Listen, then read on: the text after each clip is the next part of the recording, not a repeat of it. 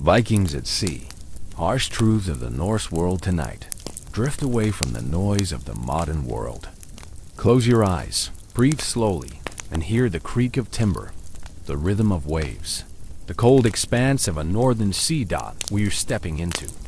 The Viking world, not the polished saga or Hollywood fantasy, but the raw truth of hunger, cold, fear, and fire.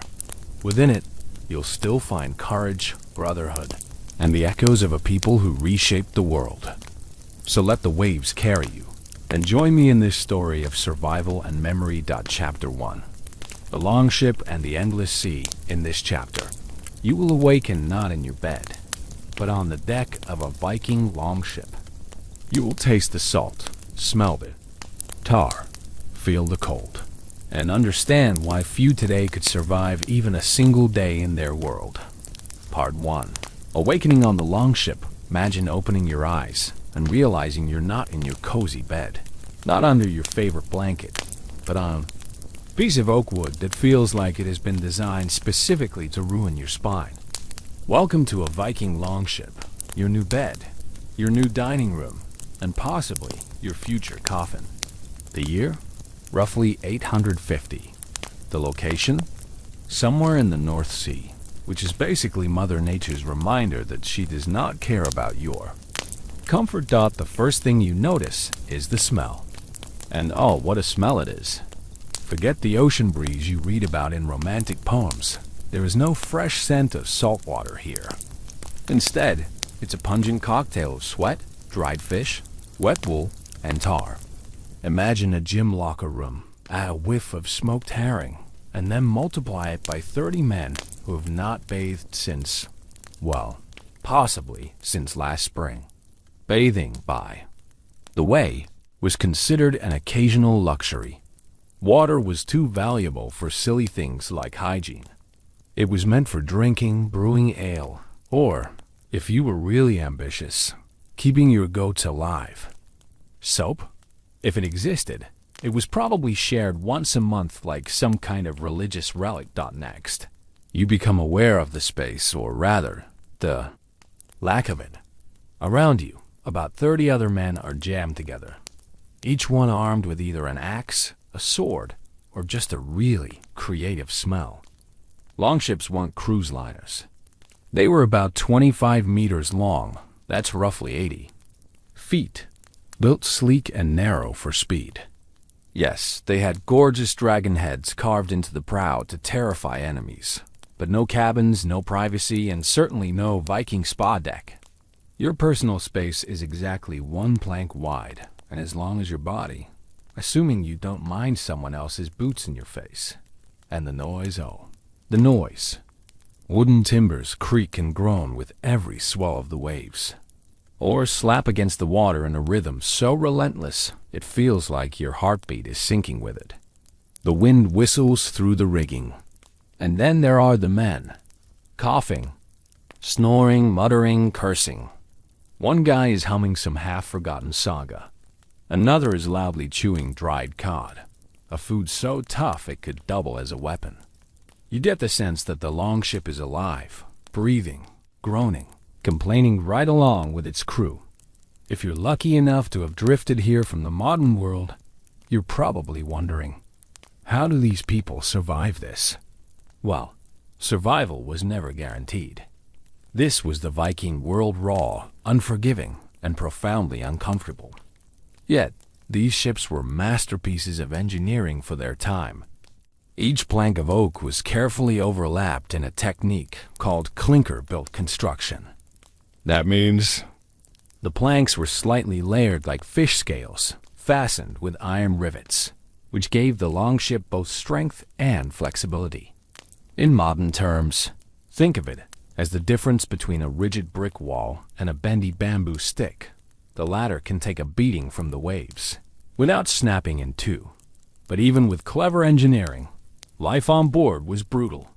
You'd row for hours, sometimes days, until your shoulders burned and your palms turned into calloused leather. And if you stopped, well, the sea didn't stop. The wind didn't stop. And neither did the man next to you, who would happily remind you that Dead weight earns no share of the loot. Vikings were practical that way. And let's not forget the psychological toll. Imagine being trapped with 30 other people in a space smaller than a tennis court for weeks. No showers, no Wi-Fi, no escape from the guy who insists on telling you about his cousin's glorious raid on Lindisfarne for the 100th time. It was claustrophobia mixed with monotony, broken only by the occasional storm or battle, which, honestly, might have felt like a welcome distraction. Still, amid all the hardship, there's a strange rhythm here. The rowing, the chanting, the sound of waves, it's hypnotic. In a way, it's almost peaceful. Almost. If you can ignore the lice crawling in your beard, and the fact that you might starve before you ever see land again. Welcome to your first morning as a Viking sailor. You're hungry, you're cold, you smell terrible, and you're probably questioning every life choice that brought you here. And yet, strangely enough, this is the life that allowed these people to travel farther than almost anyone else of their time. From England to Byzantium, from Greenland to the edge of North America, these men endured all this, not because they loved suffering, but because survival demanded it, and glory was promised only to those who endured. So, stretch your aching back. On that plank, breathe in that intoxicating stew of salt and sweat, and get ready, because this is only the beginning. The sea has much more in store for you. And spoiler alert, it's not hot cocoa and a cozy blanket. Part 2. The daily struggle for survival morning, if you can call it that, creeps over the horizon. There's no rooster to crow, no alarm clock to buzz, just the faint gray light breaking through clouds and the sound of waves slapping against the hull. You stretch your stiff limbs and realize something important. You are starving. Breakfast time. Except breakfast is, well, disappointing. Forget eggs, bacon, or pancakes. What you get is dried fish so tough it could be used as a roofing tile. It's called stockfish cod, left to hang in the icy winds until it's as hard as oak. Vikings would gnaw it, soaking it in their mouths until it was vaguely edible. Sometimes, if you're lucky, there's a bit of barley porridge, thin and watery, flavored with whatever scraps were available. Don't even think about fruit or vegetables. The concept of a balanced diet, as we know it, didn't quite make it across the North Sea to wash it down.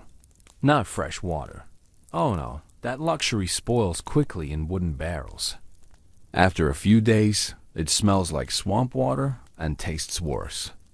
Instead, you get ale. Not the bubbly pub pint you're imagining, but a weak, flat brew. Alcohol was safer than stagnant water, even if it left you buzzed before noon. So yes, you're hungover, seasick, and still expected to row for 10 hours straight. Welcome to the daily grind, and let's talk about hygiene, or the complete lack thereof. Clothes stay on for weeks. Underclothes, if you have them, are basically rags by now. You itch constantly. Lice live rent-free in your beard. Fleas consider you a mobile buffet. Bathing? Maybe once a week, if you happen to land near a stream. Otherwise, you learn to live in a haze of your own smell and everyone else's. Vikings had a word for Saturday lagerdag, literally washing day. Nice idea. But on a longship? Not happening. Then there's sleep, or rather the absence of it. Imagine 30 men packed together on open planks, wrapped in damp cloaks. You try to doze off while the guy next to you snores like a dying walrus. Another mutters in his sleep, and a third coughs in a way that makes you wonder if plague has decided to join the crew. Sleep comes in snatches, interrupted by orders to row, change sails, or bail water from the hull. Dreaming feels like a luxury for people on land. Disease is the invisible passenger. Dysentery, infections, fevers, they spread faster than gossip in a small town. A small cut from a fishhook? Without proper care, it festers, swells, and suddenly you're wondering if you'll lose your hand before you ever swing an axe in. Battle, Medical care? That depends on which warrior happens to know a bit of herbal lore. Some swore by garlic, honey, or onion poultices. Others preferred charms or prayers. Spoiler: not all of them worked, yet amid all this misery, you row. Oar in, oar out. 30 oars cutting the water in perfect rhythm. It's grueling, monotonous, and hypnotic all at once. Muscles burn, shoulders ache, but stopping isn't an option. The longship is like a living creature. It moves only if everyone gives it life. One weak link, and you earn glares sharper than any sword. And somehow, despite all this suffering, there's laughter. A dirty joke shouted across the benches. A man bragging about a raid he may or may not have been on. Another trying to sing a saga in a voice so terrible it makes everyone laugh just to drown him out. Humor becomes survival. When you live with hunger, cold, and disease, laughter is the only medicine that doesn't run out. It's a strange world, this Viking longship. Brutal, uncomfortable, and yet, in its own way, uniting. 30 men enduring the same hardships together, bound not by comfort, but by necessity. This is daily life. Gnawing on fish, scratching at lice, rowing until your arms feel like stone. It's miserable, yes, but it's also the forge that hardens these sailors into the explorers and warriors that terrified half of Europe. So chew your stockfish. Drink your sour ale, and row. Always row. The horizon doesn't care about your comfort, and the sea is waiting to remind you that misery is only the baseline here. Things can always get worse. Part 3. Facing the wrath of nature, the sea has moods. Sometimes she is calm, smooth, almost forgiving, lulling you into a dangerous sense of security. But then, without warning, she changes. One moment you're gliding peacefully under a pale sky. The next you're staring at walls of water that rise higher than the mast, as if some god has decided to swat you like an insect. Welcome to the North Sea, nature's reminder that you are small, fragile, and, frankly, disposable. The first sign of trouble is the wind. It starts as a whisper, tugging at the sail, rattling the ropes. Then it grows, howling through the rigging like wolves hunting in the night. Rain follows, icy needles stabbing your skin. Before long, you're drenched, your cloak plastered against. Your body, your hands too numb to grip the oar. The longship bucks and twists beneath you, every plank groaning, every nail straining. Remember that brilliant clinker-built construction I mentioned?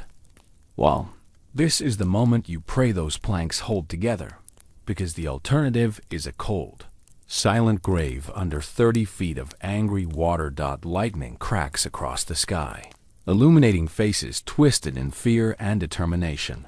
One man vomits. Over the side, another clings to the rail as if sheer willpower can hold the ship upright. The helmsman fights the rudder, arms straining, eyes squinting through rain and spray. The sea is chaos, and yet within it, everyone has a role. Row when told, bail water when ordered, cling to life in between. And let's be clear, Vikings weren't sailing luxury yachts. No cabins, no below deck, no cozy fireplace. You're sitting out in the open, in the teeth of the storm, with nothing but a wool cloak to protect you. Every gust of wind reminds you how thin that line is between survival and oblivion. Modern sailors talk about exposure, the lethal combination of wind, rain, and cold that drains your body's heat faster than you can produce it. For the Vikings, exposure was not a textbook definition. It was a daily reality. Of course, the Norse explained these things differently. The sea was ruled by Geir, a giant, a god of the deep. He and his 9 daughters, waves personified, could rise at any moment to drag a ship beneath the surface. Sacrifices were made. Coins, bones, even animals tossed into the waves in hopes of safe passage. But truth be told, the sea didn't care. Gear or no gear, Storms devoured ships regardless of who you prayed to. Archaeologists still find long ship remains scattered along coasts, broken and silent, testimony to journeys that never ended. And yet, through all this chaos, there's something mesmerizing. The rhythm of waves, the hiss of rain, the eerie glow of lightning splitting the sky. It's terrifying, yes, but it's also hypnotic. It forces you into the present moment. No past, no future, just survival. Your heart pounds, your breath comes in gasps, and you realize this is the truest form of living, perched right on the razor's edge between existence and nothingness. The storm doesn't last forever. They never do. Eventually, the wind eases. The waves settle. The clouds break apart. The sea, as fickle as ever, returns to calm. The longship creaks like an exhausted warrior, battered but unbroken. The men slump over their oars, soaked to the bone, shivering but alive. And in those moments of silence, you almost laugh. Because the sea tried to kill you and failed. This time, that's the cruel rhythm of Viking seafaring. Brief moments of calm, long stretches of discomfort, and sudden, violent reminders that you are nothing but a speck on the endless water. And if you think this was the worst of it, well, you haven't yet seen what happens when the ship finally reaches land. Spoiler, it doesn't get better. Part 4, Violence and Brotherhood. The storm passes, the sea calms, and eventually land. For a moment, relief washes over you. Solid ground, smoke rising from chimneys, maybe even the smell of bread drifting through the air. Civilization. Safety, Dada. Not quite. For Vikings, land was opportunity, and opportunity often meant violence. Forget the neat, romantic images of duels in Hollywood movies. Real raids weren't staged sword fights under a sunset. They were messy, chaotic, and brutal. You and your shipmates leap into the shallows, boots splashing, weapons raised. The villagers stare wide-eyed, frozen between shock and terror. Then comes the screaming, the first strike of an axe into a wooden door, the sharp cry of livestock scattering, the dull thud of a sword meeting flesh. Houses of thatch catch fire easily one torch, and suddenly the village glows like a funeral pyre. Smoke stings your eyes, but it doesn't matter. The goal is simple. Take what you can, as quickly as you can. Silver chalices from the church, sacks of grain, cloth, cattle, even human captives. Everything has value. Everything is survival. And here's the uncomfortable truth. Vikings weren't just fearless warriors. They were also practical businessmen. Slavery was a huge part of their economy. Captured villagers became currency, traded in bustling markets from Dublin to Constantinople. That terrified farmer's daughter you saw dragged from her home? She might end up serving in a household in Denmark or sold off in a distant Byzantine port. The Norse weren't picky about profit. Yet even when the raid ends, violence doesn't simply vanish. It seeps into the crew itself. Picture 30 men, soaked, exhausted, but now suddenly wealthy. Who gets the finest sword? Who keeps the rare silk? How do you divide a gold cross ripped from a church altar? The arguments rise quickly, voices sharpen, hands slip to weapon hilts. Brotherhood forged in rowing and raiding can crack over something as small as a silver coin. But here lies the paradox. The same men who threaten to gut each other over loot are also the ones who'll drag you from the sea when a wave knocks you overboard. They'll patch your wounds with herbs, share the last. Scrap of food, guard your back when arrows rain down.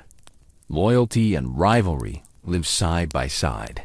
Like wolves in the same den. The sagas, those half-legend, half-history poems sung later love to paint Viking warriors as larger-than-life heroes. Noble, brave, unstoppable. But real life, much messier. They were gamblers, hotheads, pranksters, and survivors. They fought as fiercely with each other as they did with outsiders. Yet when it mattered, they stood shoulder to shoulder, shields locked, an unstoppable wall of wood and iron, and it worked. That strange blend of violence and loyalty kept the longship alive. Because when you live in a world where storms, starvation, and enemies all wait around the corner, you learn quickly. Survival is never a solo act. Brotherhood may be fragile, but it's the only thing standing between you and death. So you sit by the fire, clutching your share of the loot, eyeing your comrades with both trust and suspicion. You laugh at their jokes, share their food, sharpen your blade alongside theirs. Because tomorrow, you'll need them, and they'll need you. And in this world, that's as close to love as it gets. Part 5. Legacy beyond the horizon. Night falls again. The raid is over. The ship is heavy with spoils, and exhaustion sets in like a thick fog. Men slump against their shields, cloaks pulled over their shoulders, the flicker of firelight dancing on tired faces. For a moment there is peace. Only the creak of wood and the sigh of waves remind you that the journey is not finished. You stare at the horizon and realize something important. Very few people today could survive even a single day of this life. The hunger, the storms, the violence, it would break most of us before the week was out. And yet, somehow, the Vikings thrived in it. They weren't superhuman. They weren't invincible. They were simply willing to endure what others could. Not that from these hardships came more than just raids and plunder. These longships carried explorers who pushed farther than anyone else of their age. They reached the green shores of Iceland, the icy coasts of Greenland, and even the edge of North America centuries before Columbus. They carved trade routes down rivers into the heart of Russia, selling furs and slaves in markets as far away as Byzantium. They carried stories, artifacts, bloodlines, and languages across continents. And in the process, they left behind something even greater: myths. Not all of them true, of course. Later poets and saga writers turned messy raids into noble quests, turned hungry sailors into heroes kissed by the gods. A smoldering village became a tale of divine destiny. A squabble over silver turned into a story of honor and glory. Reality was rough, but memory was polished, burnished into legend. That's the strange gift of suffering. When told later, it becomes something else. Hardship turns into heritage. Pain turns into poetry. The lice, the storms, the hunger, they fade in the telling. What remains is the rhythm of the oars, the thunder of footsteps on foreign soil, the roar of warriors whose names echo long after their bodies are gone. And so, as you drift into uneasy, sleep on that creaking plank, you understand. The real Viking world was not just about conquest. It was about survival. About a community that lived at the very edge of endurance, holding together through hunger, cold, and constant danger. Their legacy is not just in sagas or museums or in our fascination with horned helmets they never actually wore. It's in the reminder that humans can adapt, can endure, can carve meaning even out of misery. The Vikings weren't gods. They weren't monsters. They were people flawed, fierce, sometimes cruel, sometimes kind, always determined to push. Beyond the horizon. Close your eyes now. Hear the waves lapping gently against the hull. Feel the faint warmth of the fire on your face. The sea has spared you today. Tomorrow will bring new trials. But for now, you rest, wrapped in the harsh beauty of a world both brutal and unforgettable. Chapter 2. Shores of Fire. Life and raids beyond the fjords. The longship has survived the storms. The sea has tested you, broken you, and somehow spared you. Now, the horizon changes. No longer endless waves, but the faint outline of land. You hear it before you see it. The distant peal of a church bell, the bark of a dog, the muffled rhythm of daily life. Smoke rises lazily from chimneys, drifting into the morning sky. For the villagers, this is an ordinary day. For you and your crewmates, it is a chance for food, treasure, and survival. To them, the longship is just a shadow on the water. To you, it is a wolf stalking its prey. And wolves are hungry. Part 1. Arrival at the foreign shore of the sea has been cruel to you for days, tossing your longship like a child shaking a toy. Your arms ache from rowing. Your throat burns from swallowing salt water, and the smell of 30 unwashed men has etched itself into your soul like a curse. You're starting to think you'll die out here, nameless. Another body for the ocean to claim. But then it happens. Land at first. It's just a smudge on the horizon, a darker gray against an endless gray sky. Slowly, it sharpens. The curve of a coastline, the jagged outline of rooftops, the thin spire of a church poking upward like a stubborn tooth. Smoke drifts lazily into the air. Somewhere in that village, someone is baking bread, or boiling stew, or doing laundry with the blissful ignorance of people who have never once seen a Viking longship bearing down on their shore. You can smell it, the difference between sea air and land air. Sea air is harsh, salty, a constant slap to the face. Land air? Softer, muddier, heavy with earth and animals. For the Vikings, that scent was opportunity. It meant food, firewood, women, and let's be honest here, silver. Always silver. The ship grows quiet as you approach. No one is joking now. No one is humming sagas. The only sound is the splash of oars cutting water, perfectly synchronized, as though 30 men share the same heartbeat. This silence is deliberate. Raids relied on surprise, on arriving before a bell could ring or a messenger could sprint to warn the next town. In this moment, the longship is not just a boat, it is a predator stalking prey. You glance around at the men beside you. They are hardened, yes, but also human. One man grips his axe so tightly his knuckles turn white. Another mutters a prayer.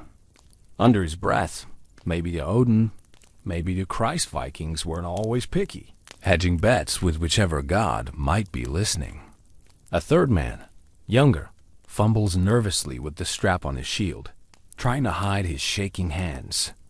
Bravery, after all, is often just fear with a sharp weapon. And you, what do you feel? Relief? Terror? Maybe both. Relief that the sea will no longer try to swallow you whole. Terror that the land might prove even less forgiving. The keel scrapes sand. That sound, the crunch of wood against shore, is both triumph and alarm. To you, it's the signal that the suffering of the sea is finally over. To the villagers, it's the sound of doom arriving. And then happens. A woman, bent over a basket of laundry, looks up. She sees the dragon head carved on the prow, its wooden eyes glaring with painted menace. Her face freezes, her mouth drops open, the basket tumbles from her hands. She does not scream, at least not immediately. There's a moment, an awful pause, where her brain simply refuses to believe what her eyes are seeing. That pause is everything. It's the crack through which fear slips in. The warrior sees it. They roar, a guttural sound that seems to rise from the earth itself. Shields slam together. Axes lift skyward. 30 men surge forward into the shallows, water splashing, weapons gleaming in the morning sun. Imagine being that woman. One moment, you're scrubbing dirt from your husband's tunic. The next, you're watching a nightmare pull itself ashore. This is how raids began, not with noble speeches, not with duels under the setting sun, but with the quiet approach of a ship and the sudden eruption of chaos. A longship landing on your beach was like waking up to find a wolf pack in your living room. There was no time to prepare, no chance to reason, only panic. And that, in truth, was the genius of Viking warfare. Not strength alone, but speed and surprise. They didn't invent the concept of the raid, but they perfected it. A coastal town might have walls. The walls only help if you have time to get behind them. A church might have a bell. The bells only work if you can ring them before. Your house is already on fire. For you, standing in that longship, this moment is intoxicating. The waiting is over. The hunger, the storms, the endless rowing, all of it has led here. Ahead of you lies bread, beer, treasure, captives, glory. Behind you lies nothing but waves dot, so you leap into the water, boots splashing, lungs full of cold air. The land feels solid under your feet, but it won't feel safe. Not for you, not for them. Because once the Vikings set foot on shore, safety becomes a fairy tale no one believes in anymore. Part 2. The raid unfolds the moment the first warrior's boots hit solid ground. The world changes dot. There is no gentle transition, no polite announcement of war. It is instant, feral, and deafening. The roar of 30 men rushes over the village. Like a storm breaking. Axes swing, shields slam, and suddenly the air itself feels sharper, charged with fear and fire. The villagers scatter. Imagine them. One man dropping his plow, another abandoning his milk pail. Children frozen with confusion before their parents scoop them up and run. They are farmers, fishers, mothers, priests, ordinary people who woke that morning expecting another ordinary day. Now they are prey. The first doors are smashed open. A single axe swing is enough to splinter wood. Inside, people huddle, clutching crosses, whispering prayers. The Vikings don't pause to listen. They tear through, grabbing whatever shines cups. Jewelry, coins, and dragging out whoever looks strong enough to be sold later. Yes, sold. Because here's the brutal truth. Slavery was not an unfortunate side note of Viking raids. It was one of their main reasons for raiding at all. A healthy young woman could fetch a high price in Dublin or Hedeby, one of the bustling Norse trading towns. To the Vikings, she was not a victim. She was currency. The church bell rings. Someone has found the rope and pulls desperately, sending the warning across the countryside. The sound is frantic, uneven. Not the slow, steady rhythm of prayer, but the wild clang of terror. To you, as a Viking, that sound is both annoyance and confirmation. Annoyance because it means nearby villages might be alerted. Confirmation because it means you've already won. The enemy is afraid, and fear is half the battle. Flames rise. Thatched roofs are tinder waiting for a spark. A single torch, a single ember, and suddenly the houses blaze like pyres. The smoke is thick, black, choking. It clings to your clothes, stings your eyes, fills your lungs. The smell of burning straw is almost sweet at first, then turns acrid as wood and flesh catch in the fire. Yes, flesh, because when people hide inside their homes and those homes burn, the fire consumes more than timber. The soundscape is unbearable and unforgettable. The crackle of fire, the crash of collapsing beams, the shriek of animals set loose pigs. Squealing, cows bellowing, chickens flapping in blind panic. And over it all, the voices, villagers crying out, warriors shouting commands, the guttural battle cries of men who believe Odin himself watches them swing each blade. But here's the irony. For the Vikings, this isn't glory. Not really. It's work. Ugly, exhausting, terrifying work, but work nonetheless. Your stomach still growls, even as you swing your axe. Your feet still ache, even as you chase a fleeing farmer. This is survival dressed in steel and smoke. The villagers, the psychology, is devastating. In a single hour, their world collapses. Imagine being a farmer who has spent years building a home, raising animals, clearing land. In one morning, it is ash. Imagine being a child whose greatest fear yesterday was being scolded for skipping chores. Today, you watch strangers drag your mother away in ropes. That kind of trauma doesn't fade. It burns itself into memory, passed down in whispers, in scars, in silence. And yet, not all Vikings are the same. Some relish the chaos, eyes gleaming as they loot and burn. Others move with grim focus, as if carrying out a grim duty. And a few, yes, even here hesitate. Maybe they remember their own families waiting back home.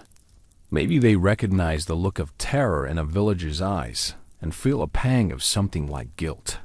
But hesitation is dangerous.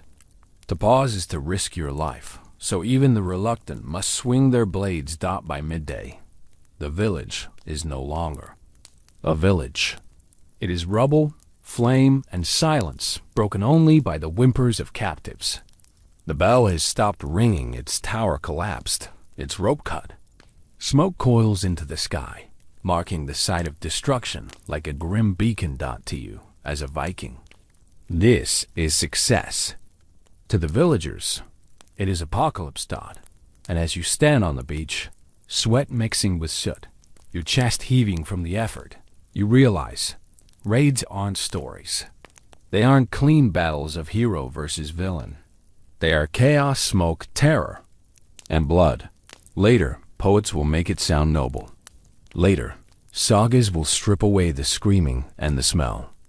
But here, in the moment, it's nothing but survival yours at the expense of theirs. Part 3. Spoils and struggles. The flames are dying now. Smoke drifts upward in black spirals, curling against a pale sky. The crackle of fire fades into the low moans of captives, the occasional scream of an animal dragged unwillingly toward the shore. The raid is over, at least, the violent part of it. What follows is a different kind of battle. The fight over treasure. The longship sits heavier in the water than when you arrived, its belly swollen with spoils. And oh, what spoils they are. Silver chalices gleam, snatched from church altars that were supposed to be sacred. Bolts of cloth shimmer, dyed in rare purples and deep reds, luxuries in a world where most people wear the same scratchy wool day after day. Barrels of ale slosh as they're rolled aboard, leaking foam that mixes with seawater on the sand. Cattle, confused and frightened, are tethered together, bellowing as if they, too, know their lives are about to change.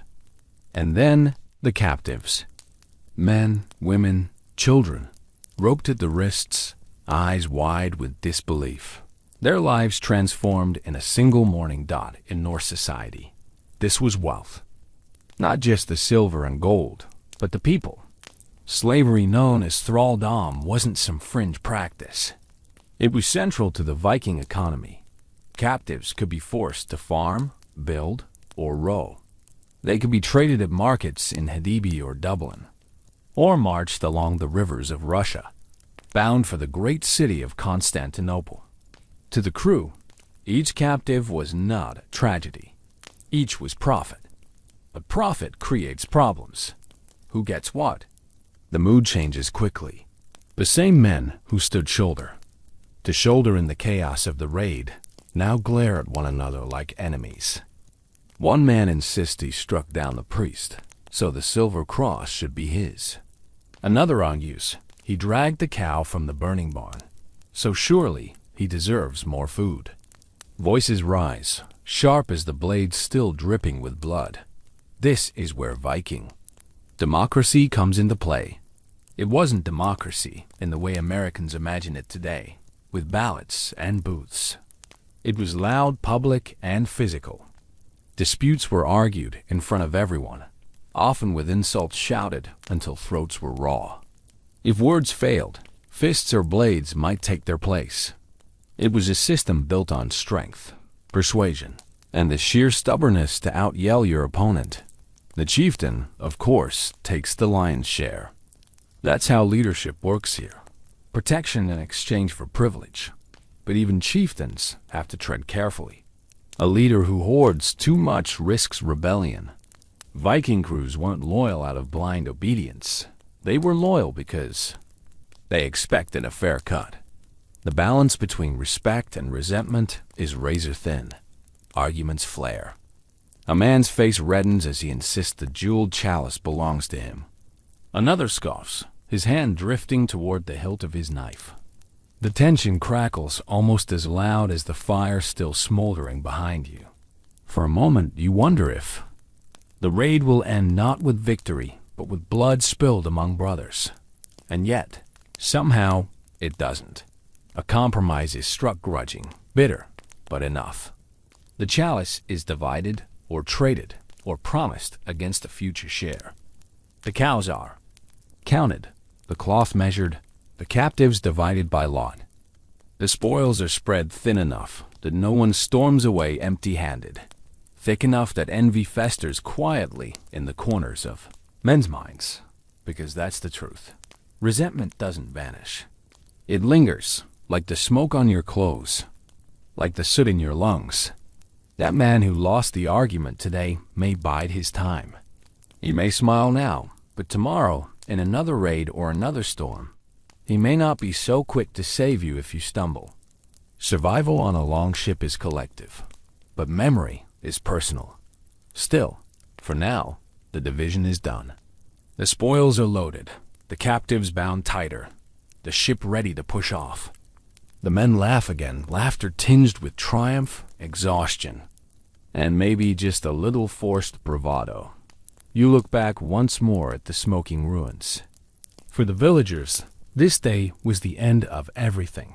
For the Vikings, it was just another day at work, messy, brutal, profitable, and in its own strange way, unfinished. Because the hardest battles often weren't against villagers or monks, or even rival warriors. They were against envy, greed. Part 2. The raid unfolds the moment the first warrior's boots hit. Part 4. The shadow of home, the smoke from the ruined village still lingers in the sky as the longship pushes away from shore.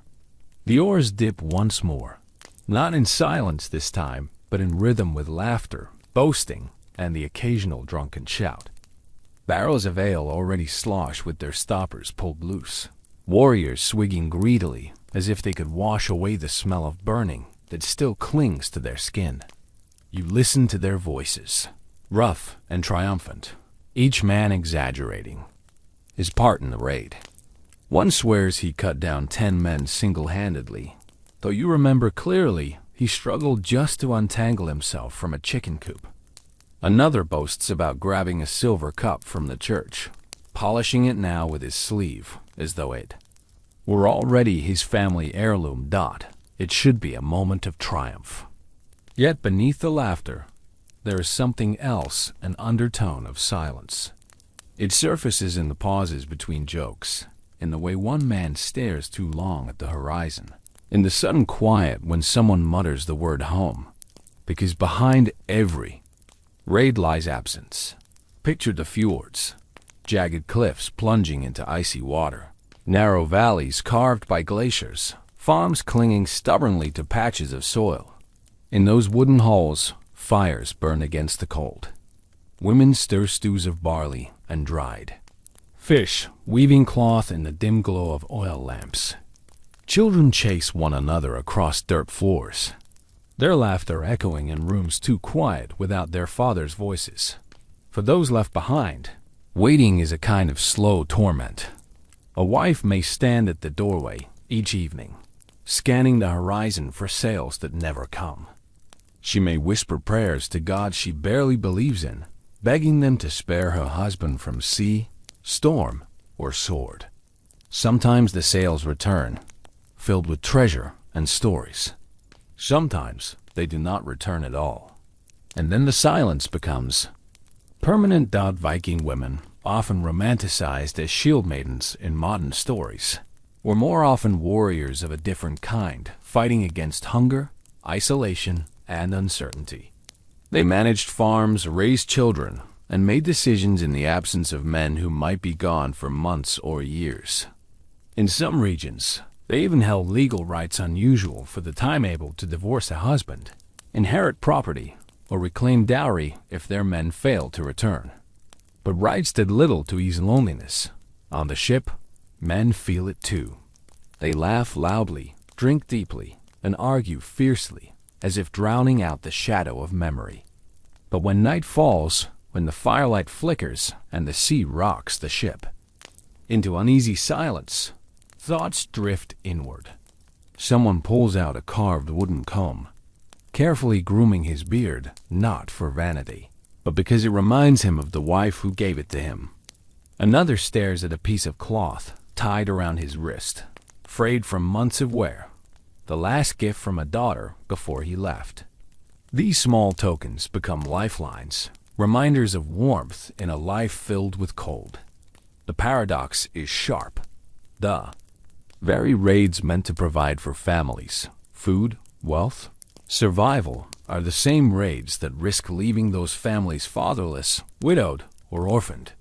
For every treasure piled into the ship, a cost is exacted in distance, in absence, in the weight of not knowing. The longship creaks as it sails farther from the smoldering village. Behind you lies destruction. Ahead of you lies the sea again, endless, indifferent, eternal. But inside every man aboard, there lingers a different horizon. The memory of home, waiting like a shadow that follows even into fire. Part 5. Myths. And memory night falls. The raid is over, the spoils divided, the captives bound. The fire on shore glows faintly in the distance, a dying reminder of what was once a village. On the longship, the mood shifts. The frenzy has passed. Men sit in cloaks, wet and weary, voices lower now, laughter less forced. And then, as often happens, the skald begins. The skald is the poet, the memory keeper, the one who transforms the day's horror into something palatable into legend. His voice rises slowly, half chant, half song. The men listen, some smiling, some simply staring into the dark. Here's the trick. He doesn't sing about the coughing fits, the petty arguments, or the man who slipped in pig manure while storming a barn. No, those things will be forgotten. Instead, he shapes the story. The burning church becomes a beacon of triumph. The terrified villagers become faceless enemies, dispatched with heroic ease. The blood on the sand becomes proof of divine favor. The chaos, the screams, the smoke, those melt away under the weight of rhythm and rhyme. And this is how myths are born, not from truth, but from memory polished and repolished until it gleams. Pain is sanded smooth. Defeat is quietly erased. Victories are magnified, painted in colors brighter than reality ever allowed. Later, when these men return home, the saga will already be ready. Around a fire, wives and children will hear how their husbands and fathers fought bravely, how Odin guided their axes, how the raid was glorious, almost holy. They will not hear about the captives crying in the hold, or the petty squabbles over cows, or the gnawing fear that gripped even the bravest during the first moments of battle.